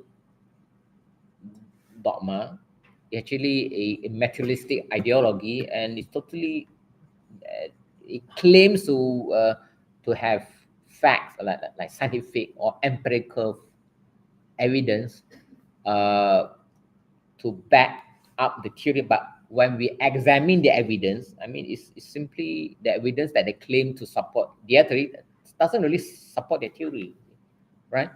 So so with that, I conclude. I'm sorry, it's not really well structured, but it's all well structured in the paper, which inshallah shall be published as a small book, and everything is well structured, and you can. So I conclude, but if now, do not be overwhelmed by the mass of information, and you have to read so many books. I mean, if there's one book you have that you're so busy, but at least read this one book, right? It's a very good book by a medical doctor, Dr. Michael Denton, written in the mid 90s. It's a very comprehensive overview, detailed overview of all the main scientific arguments against evolution, and the book is called Evolution: A Theory in Crisis. Evolution: A Theory in Crisis by Dr. Michael Denton. I read that book like very closely every morning when I come to Istad by bus. At that time, I was very poor, no car, so I took bus and walk up from Damansara. I walk up the hill into Cassis, have my breakfast. Istad. And that was in the mid 90s, and I breakfasted with that book. Evolution: A Theory in Crisis. So that book was written in 1996 or earlier, but until now, no evolutionists have refuted anything that's in the book. Of course, they try to misrepresent the book. They try to and yeah, but so with that, so at least read this book by Dr. Michael Denton, Evolution: A Theory in Crisis. It's a book about maybe 300 pages. You can read a few pages, maybe 1 or 2 pages per day for breakfast, and then after a year, I finish the whole book and have a good grasp of the main outline of the scientific problem with evolution. And with that background, it's easy to follow any debate, easy to see through the deception of Dawkins, and easy to understand the current sophisticated arguments against evolution, and so at least And I really hope that at TASIS you have like a reading circle, right? To actually read that book. It's not just enough to do abstract conceptual philosophy of science and ideas. Yeah, we must also do applied philosophy of science. See, must teach that book understanding scientific reasoning by gear applied. It's not enough to just talk about the worldview of Islam, but how they apply the worldview to this issue. Applied. Pure maths alone cannot make you into an engineer or architect. You have to do applied mathematics, right? Now, I was traveling with last one. I was traveling with Professor Paul Latting, a professor he has a two PhD, one in nuclear physics and one in Islamic studies. Right? So I was traveling with him, and he's a nuclear physics, a theoretical physicist. And so my car was at that time I was bujang. I had a Kanchi, right? And that was my first car, and brand new. And I used to travel with him to climb mountains. And one day on the road, the car like broke down, and Paul I think couldn't do anything. Couldn't tell what was wrong with the engine. Why? Because no applied physics, just pure physics. So pure worldview is useless. A pure worldview, it just means that you just be expert in parroting Prof. Atas.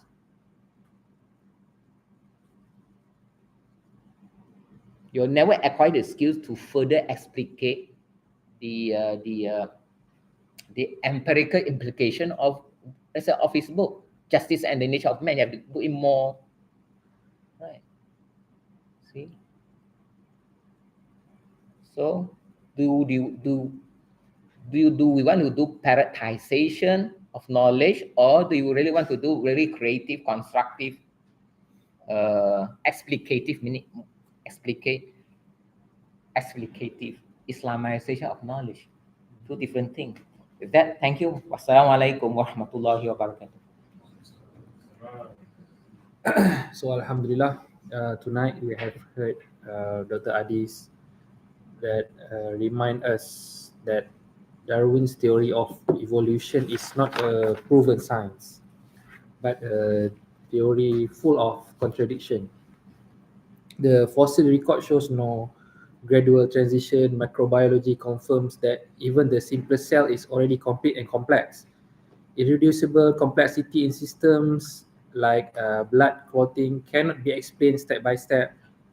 And of course, beyond science, philosophy and the worldview of Islam affirm that man is not a product of chance, but insan created with purpose as Khalifah and guided by revelation.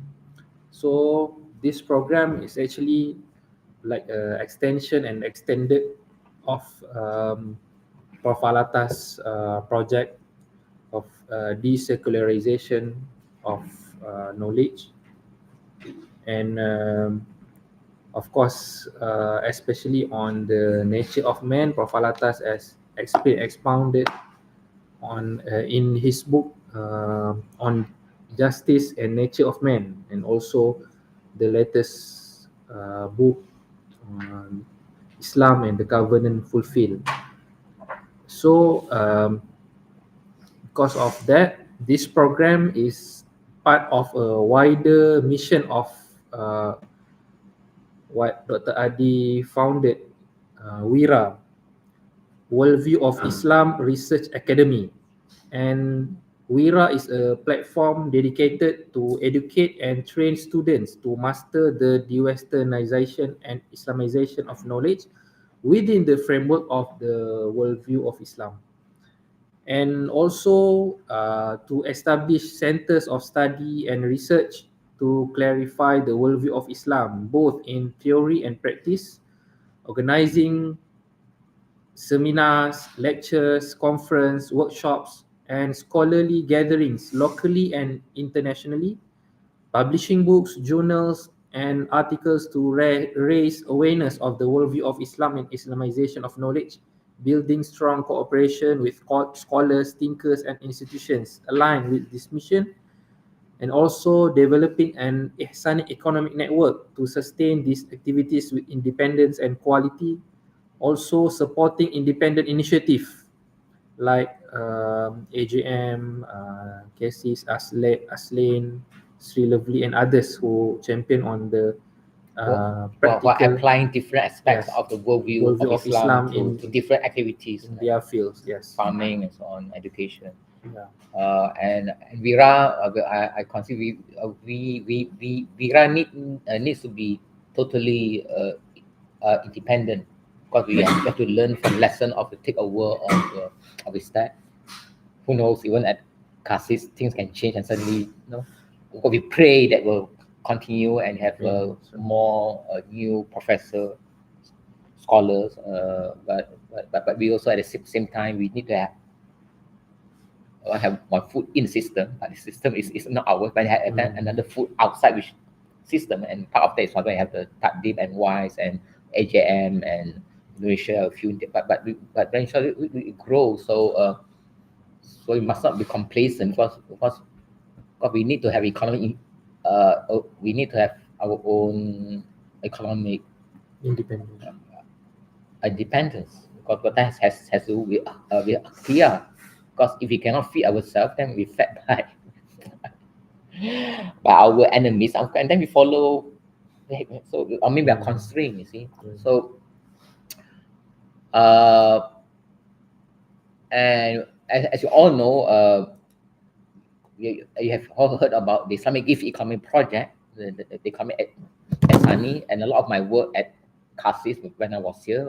I was also teaching economics, and based on the framework that is extracted from Ihya Book 13, the Kitab Al-Qasad wal Ma'ash, which actually provide the total framework for a proper Islamic economy. So that is the worldview applied to the domain of business, commerce, economics. So that, and out of that, translation of 10 books, and then, so that's part of the also part of this worldview of applied worldview of Islam as well. And the Vira project is something that I talked to Prof. Atas about, I think like more than 15 years ago. I went to his home and I talked about setting up Vira as a totally independent platform, and he agreed, and in fact he wrote a note saying that I support the project. But so it's just that we did not formally register Vira. Only lately, only last year when we did the like 2 years ago when we organized the symposium against revolution in Malay, critique falsafah, critique science, falsafah dan akidah acara revolusi. That was in Malay, and we held it at the BATC room. So it was a 2 days program.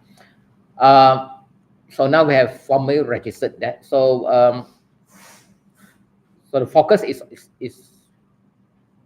is more on applied. How do we, especially how do we go about working out the implication for practice of the methodology of the Westernization and Islamization that is spelled out very clearly and in some detail in chapter 5 of Islam and Secularism. So that is the main mission of Vira. So inshallah, with your support and with Allah's grace, a lot of patience, a lot of hard work, and it can't be done alone. So with that, so that's Vira. Worldview of Islam Research Academy is research, because to have a lot of research. An academy meaning teaching and training public courses, workshop, retreats. Because not everyone can come here and spend a few years studying, and CAS also have a more flexible platform, especially for busy professional and so on. So inshallah, So alhamdulillah. okay.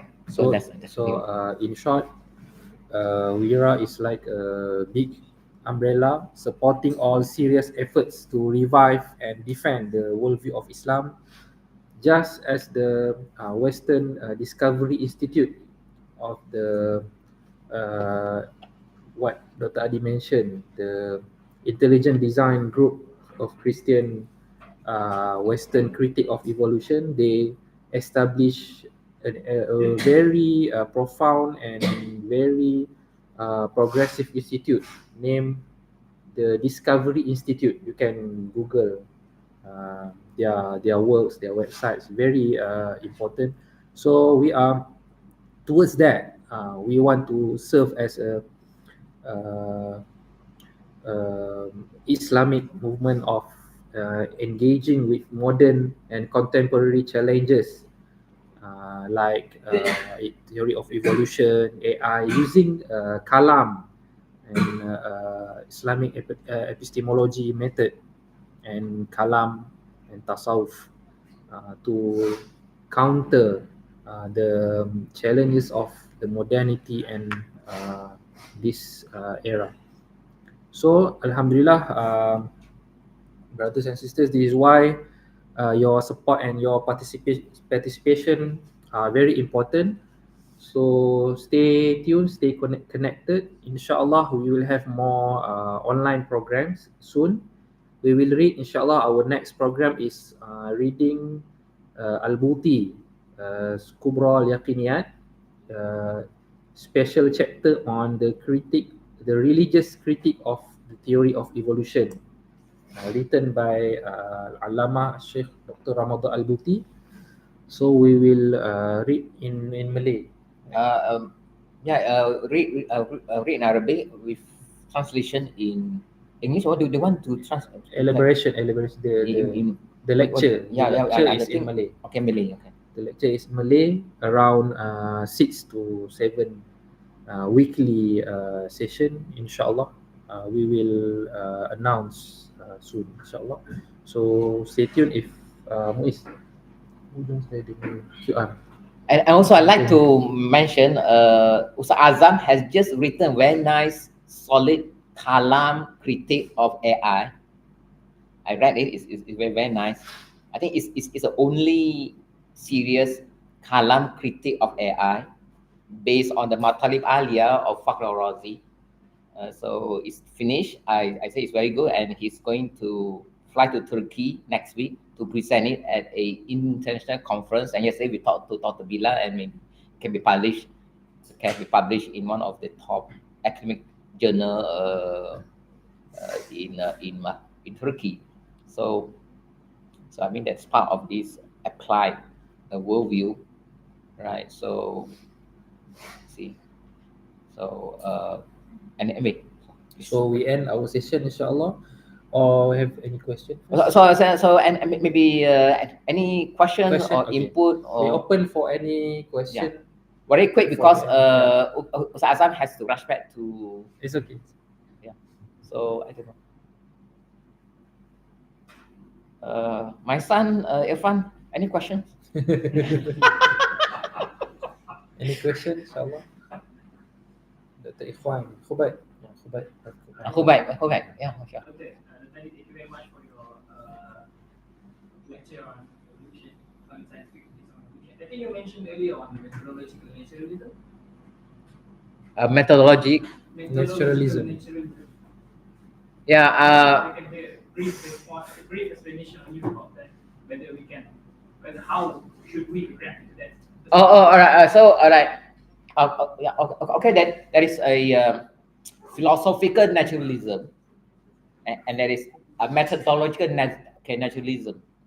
A philosophical naturalism is that the belief that that nature is all there is, and and we must explain things by reference to only to natural forces. So that is a philosophical naturalism. Whereas methodological naturalism, it just says that when we study nature, we try as far as possible not only to refer to well-known natural regularities like laws of nature. So it's more like methodology. For example, I'm a doctor, I'm a Muslim doctor. I believe in Allah. I mean, but when when a patient comes to me, I try to find a natural cause, meaning not because uh, the the the, the adats, meaning what are the so in this sense, when for Muslim, methodological organism means we try to as refer to by reference to the adat, meaning the natural regularity, right? Instead of simply quickly ascribe it to gene or to occult forces, right? So, but when we study, when we do empirical science, we just try to work out what are the the uh, the uh, the what are the regularities, if we can refer or can explain by reference to some regularities which already known or maybe to be discovered. So that just a methodological, right? Doesn't mean that we say that nature is everything and or nature has power, right? Example, when someone steals, let's say I catch you, you don't steal, but let's say I'm a police and I catch you, you steal. I try to ask why you steal, right? Because I'm poor, I'm hungry. So I don't simply say Allah caused you to steal, right? So so that is a methodological naturalism, and to me, I find that's okay, provided we understand nature as phenomenal regularity, whether already known or maybe to be discovered, right? See, in fact I wrote a paper on that because I was asked by Professor Shiny to write a paper on region and science or region. So I wrote a like 10-page paper. So okay, so we reject. So to conclude, we reject a philosophical naturalism because that is a ideology, but we accept methodological naturalism, by which by nature we mean by reference to some phenomenal regularity or adat tajribiyah that is already known or maybe to be discovered. All right. Allah Oh, I'm- atwara. Yeah. Okay. Clear. I heard you are doing a thesis on evolution. Yes. Please stand up and explain the thesis. Viva. No, it's good. I mean, it's important to have this pelapis. Please. Proposal defense. Okay, so please, is it a PhD or MA or what? I'm doing a Master. So okay, so what's the title of your thesis? The title is An Analysis of Academic Exceptionalism and Evolution in Light of Al-Ghazali's Metaphysics. All right. So good. Please. Yeah. So it's finishing. I'm Almost. just Started. You've read everything, so you just started to write, right? I have defended my proposal. Alhamdulillah, good. So yeah, so alhamdulillah. So it's a part of work in which we explicate the book justice and alumni of our seminars. yeah, she was. Yeah. So and Ustaz Azam is your mentor, right? Okay. Any more comment or question? Any question or comment or critique or suggestion? Inshallah. Okay. Also, it's good for CASIS student to do like PhD or MA in the design arguments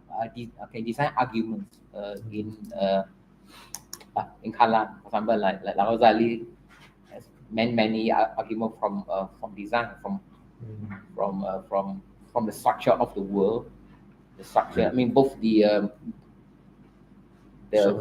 functional and the structural architecture of the world points to the wisdom. So that is a very empirical argument. It was very like so philosophically, or from the point of view of the philosophy of science, the argument from design is what I call a argument based on the inference to the best explanation. Right? Anyway, apply philosophy of science.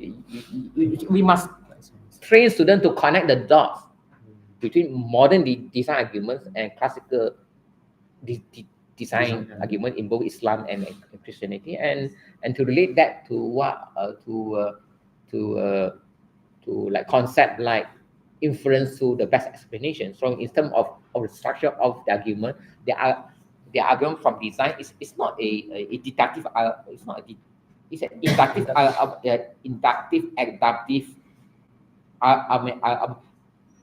arguments that looks for the best, for the most sensible or reasonable, beyond doubt, beyond reasonable doubt explanation for some set of phenomena, right?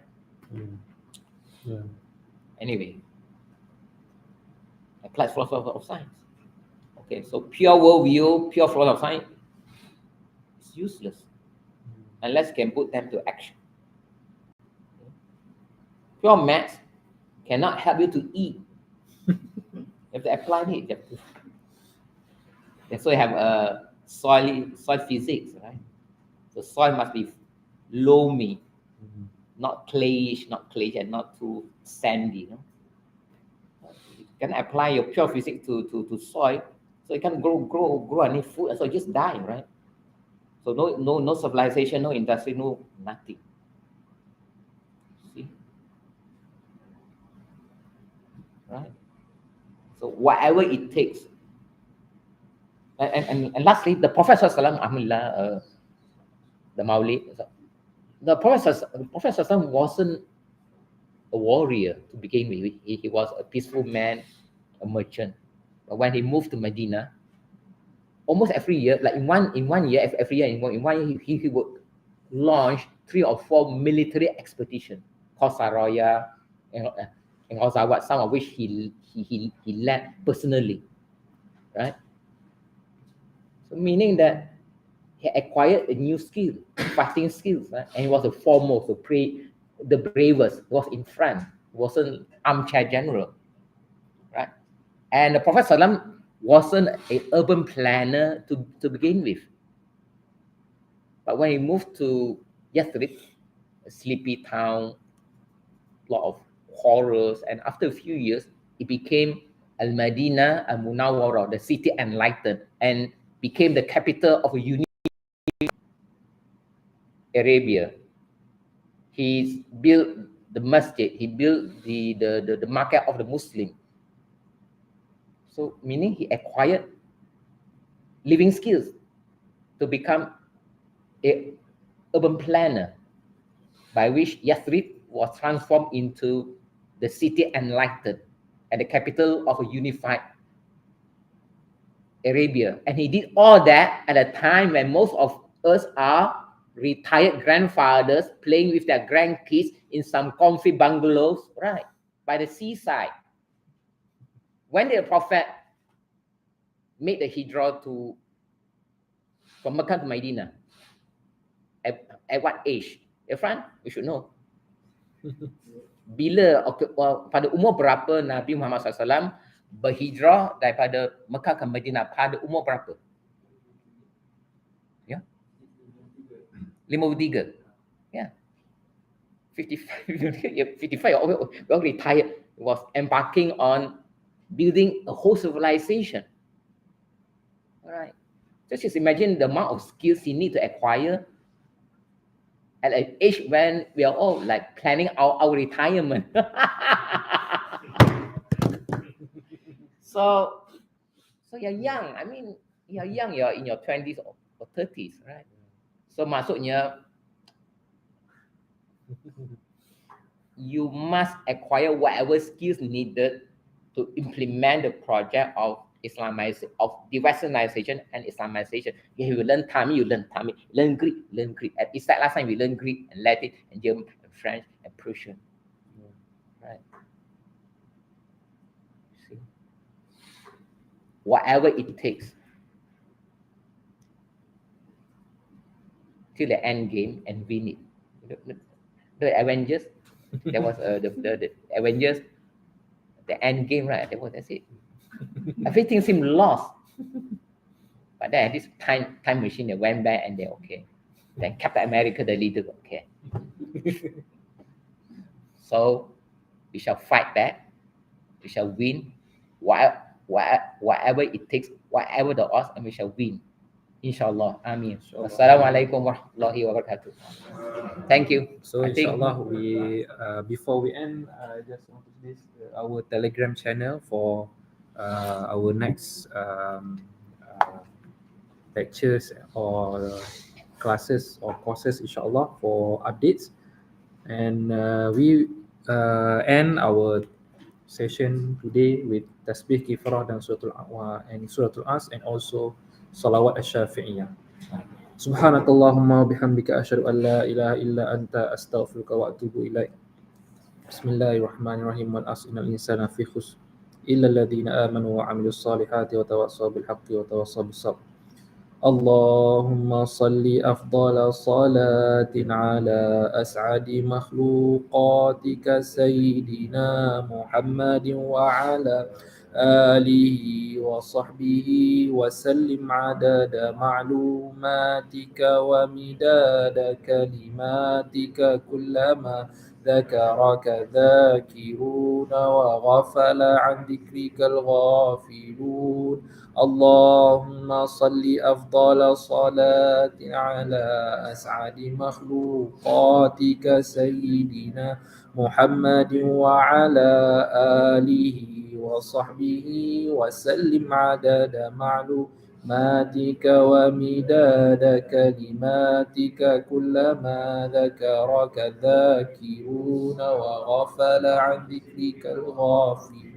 اللهم صل أفضل صلاة على أسعد مخلوقاتك سيدنا محمد وعلى آله وصحبه وسلم عدد معلوماتك ومداد كلماتك كلما ذكرك ذاكرون وغفل عن ذكرك الغافلون.